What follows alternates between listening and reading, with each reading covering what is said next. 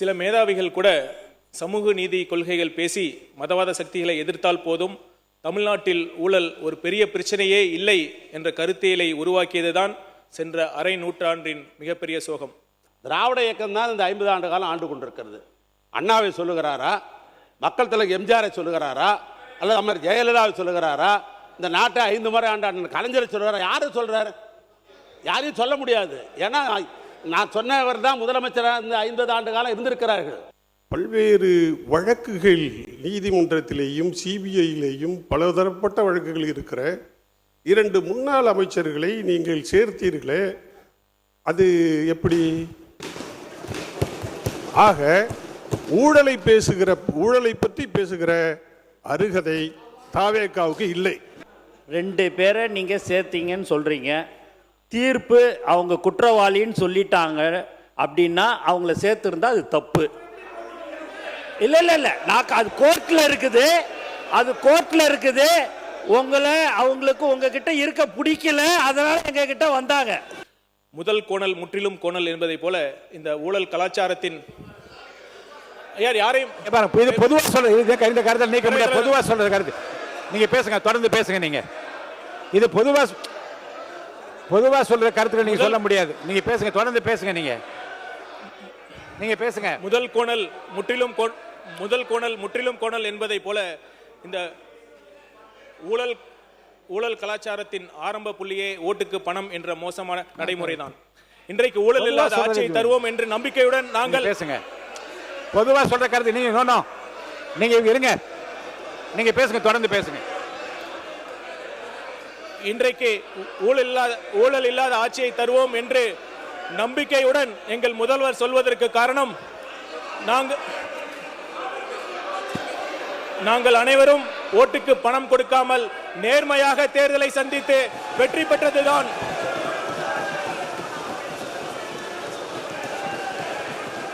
ஓட்டுக்கு பணம் கொடுக்க கூடாது, அது ஜனநாயகத்திற்கு எதிரானது என்ற முடிவில் நிலைப்பாட்டில் எங்கள் தலைவர் கட்சி துவங்குவதற்கு முன்னரே மிக உறுதியாக இருந்தார். நல்ல அரசியலுக்கு தமிழக மக்கள் என்றும் உறுதுணையாக நிற்பார்கள் என்று எங்கள் தலைவர் மனப்பூர்வமாக நம்பினார். அதன்படி துணிச்சலாக நிகழ்த்தியும் காட்டினார். இதற்கு பெயர்தான் the courage of conviction என்று சொல்வார்கள்.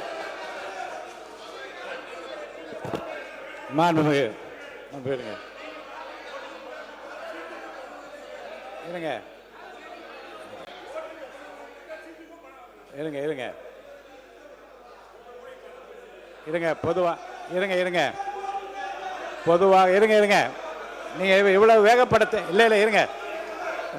நீங்க உட்கார்ந்தா கொஞ்சம் விரிவா உட்காருங்க. பாருங்க,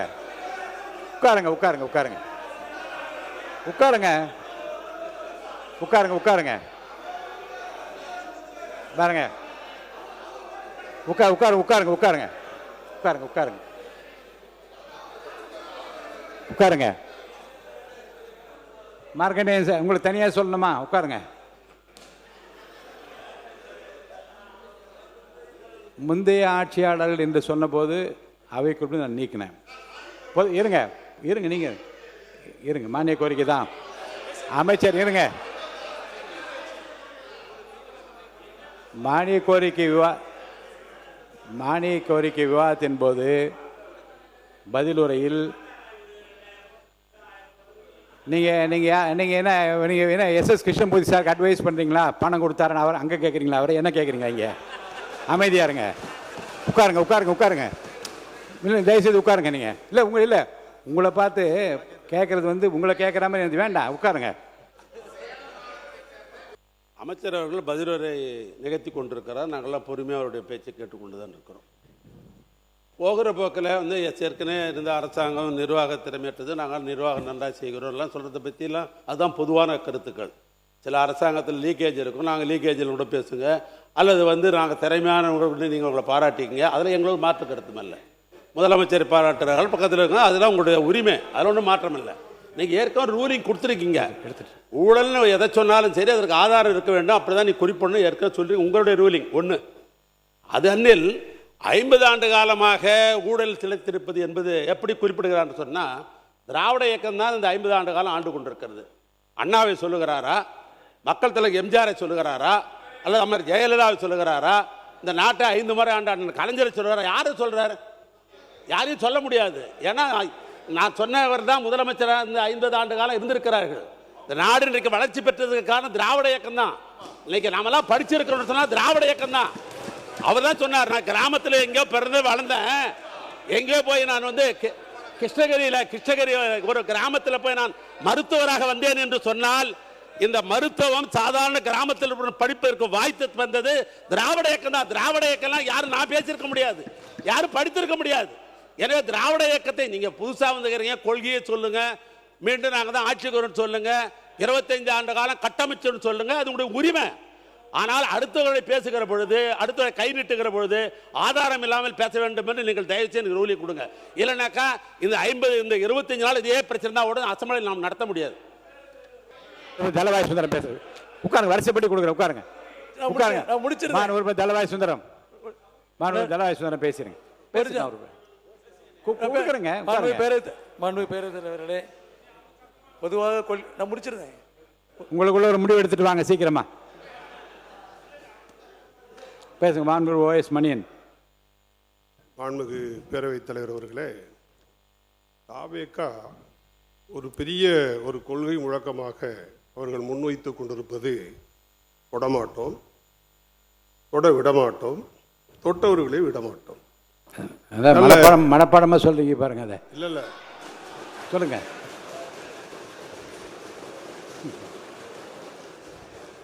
சொல்லுங்க.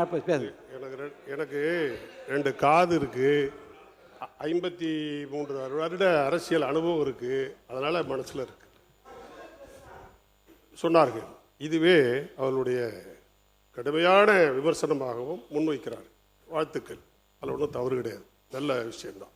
ஆனால் அனைத்து இந்திய அண்ணா திராவிட முன்னேற்ற கழகத்திலிருந்து பல்வேறு வழக்குகள் நீதிமன்றத்திலேயும் சிபிஐயிலேயும் பலதரப்பட்ட வழக்குகள் இருக்கிற 2 முன்னாள் அமைச்சர்களை நீங்கள் சேர்த்தீர்களே, அது எப்படி? ஆக ஊழலை பற்றி பேசுகிற அருகதை தாவேகாவுக்கு இல்லை, அறவே இல்லை, இல்லை. உட்காருங்க. எனக்கு கொடுக்கப்பட்ட ஏங்க நீங்க பேசி உட்காருங்க. சொல்லிட்டாருல, உட்காருங்க.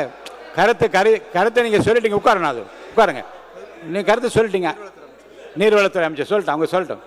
மாண்புமிகு பேரவைத்தலைவர்களே, 2 பேரை நீங்க சேர்த்தீங்கன்னு சொல்றீங்க. தீர்ப்பு அவங்க குற்றவாளின்னு சொல்லிட்டாங்க அப்படின்னா அவங்கள சேர்த்துருந்தா அது தப்பு. இல்ல இல்ல இல்ல, நான் அது கோர்ட்ல இருக்குது, அது கோர்ட்ல இருக்குது. அவங்களுக்கு உங்ககிட்ட இருக்க பிடிக்கல, அதனால எங்க கிட்ட வந்தாங்க. உங்ககிட்ட இருக்க பிடிக்கல, நாங்களா வான்னு சொன்னோம். நீங்க தான் உங்ககிட்ட இருக்கிறவங்களுக்கு பிடிக்கல உங்க கூட இருக்கிறதுக்கு. மாண்புமிகு உறுப்பினர் அதை வந்து தெளிவா நான் சொல்லிக்கிறேன். அதனாலதான் மாண்புமிகு மக்கள் நலத்துறை அமைச்சர் அண்ணா, அதானே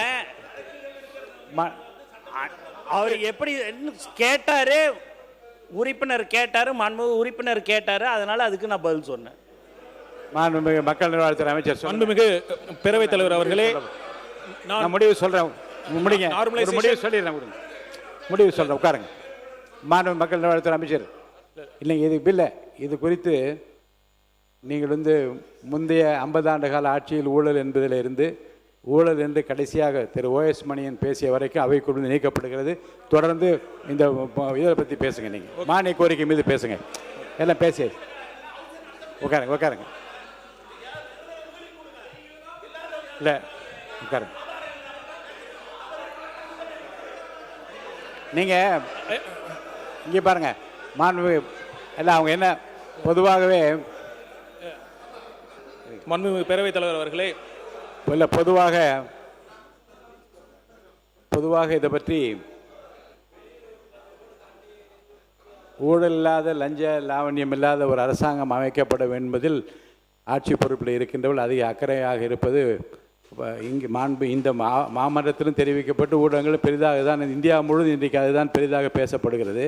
ஆனால் அவையில் பேசுகிற போது 2 முறை 3 முறை 4 முறை என்று 50 ஆண்டு காலமாக ஆண்ட கட்சிகள் அவர்களை பற்றி குறிப்பிடுவதாக அவர்கள் எடுத்துக்கொள்வார்கள். ஆனால் தகுந்த ஆதாரங்களை கையில் வைத்துக்கொண்டு பேசுவது, இப்போ மாண்புமிகு பொதுப்பணித்துறை அமைச்சு காலையில் கொஞ்சம் சில ஆதாரங்கள்லாம் காட்டினது, அதையெல்லாம் முன்கூட்டியே அப்படிப்பட்ட விவரங்களை எல்லாம் முன்கூட்டியே என்னிடம் தெரிவித்து விட்டு சார் இப்போது பொதுவாக பேசுவது என்பது தவிர்க்கப்பட வேண்டும் என்று இன்னொன்று ஒரு முக்கியமான மானிய கோரிக்கையில் சில முக்கியமான விவரங்களை எல்லாம் ரொம்ப அழகுபட வரிசைப்படி தெரிந்து கொண்டே வந்தீர். உருக்கமான உங்கள் பேச்சு ரொம்ப உன்னிப்பாக எல்லோரும் கவனித்து கொண்டிருந்த நேரத்தில் இப்படிப்பட்ட விவாதங்களை தவிர்த்து விட்டு நீங்கள் மானிய கோரிக்கையின் மீது உங்களை பேசுமாறு நான் அன்போடு கேட்டுக்கொள்கிறேன்.